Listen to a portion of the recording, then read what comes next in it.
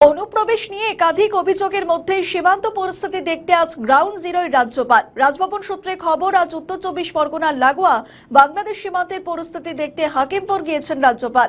আজ রাতে থাকবেন কৃষ্ণনগরে, আগামীকাল যাবেন মুর্শিদাবাদ। এই নিয়ে প্রতিক্রিয়া দিলেন কংগ্রেস নেতা অধীর রঞ্জন চৌধুরী। পাশাপাশি মালদার বিতর্কিত প্রাক্তন পঞ্চায়েত প্রধান লাভলি খাতুন, যিনি বাংলাদেশি বলে অভিযোগ, তার নাম তোলার জন্য বিএলওকে চাপ।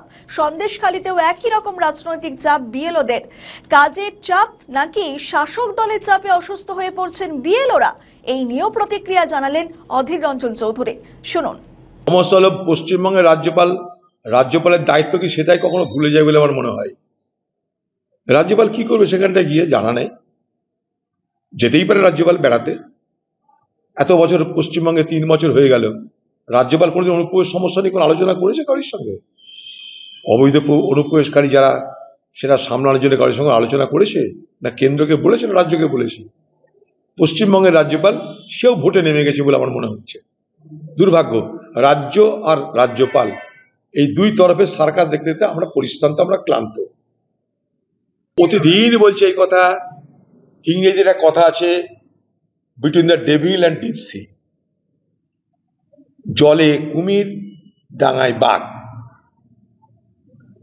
নাম না তুললে বিরোধীকে ধমকাচ্ছে টিএমসি নেতারা, কারণ টিএমসি ভোট চুরি করে বাংলায় সবাই জানে। জীবিতকে মৃত, মৃতকে জীবিত করার জন্য টিএমসি এই বাংলায় কুখ্যাতি অর্জন করেছে। ভোট লুট করতে টিএমসি কুখ্যাতি অর্জন করেছে। পঞ্চায়েত ভোট, মিউনিসিপ্যালিটি ভোট করতে দেয় না। ভোটের দিনও তাদের ভোট দেওয়ার অধিকার কেড়ে নেওয়া হয়। এবার বিএলও কোন দিকে যাবে? বিএলও এদিকে গিয়েও মার খাচ্ছে, ওদিকে গিয়েও মার খাচ্ছে। টিএমসির নেতারা, তারা এলাকায় বড় বড় মাথা, বড় বড় তারা মস্তান। একটা বিএল ছোট্টখাটো একটা কর্মচারী, তাকে যদি বলে গর্দান কেটে দেবো, মেরে টাইট করবে সারা লেখ, তো কি করবে সে? আর ওদিকে যদি লেখে, তখন ইলেকশন কমিশন বলবে জেলে ভরছি তোকে, বেআইনি কাজ। তো বিএলও বেচারি যাবে কোথায়? বিএলও ছেড়ে দেওয়া কেজেবাচি অবস্থা। বিএলওরা খালি ভাবছে এর লাফড়া কবে ঘাট থেকে নামবে। ছেড়ে দেওয়া কেঁদেবাচি অবস্থা বিএলওদের। সবাই তো সহ্য করতে পারে না মানসিক চাপ। চাকরি হারানোর চাপ, জেলে যাওয়ার চাপ, তৃণমূল লোকের কাছে মার খাওয়ার চাপ। বিএলওকে জলে কুমির, ডাঙায় বাঘ, সেই অবস্থার মধ্যে পড়ে আছে মাঝখানে দাঁড়িয়ে।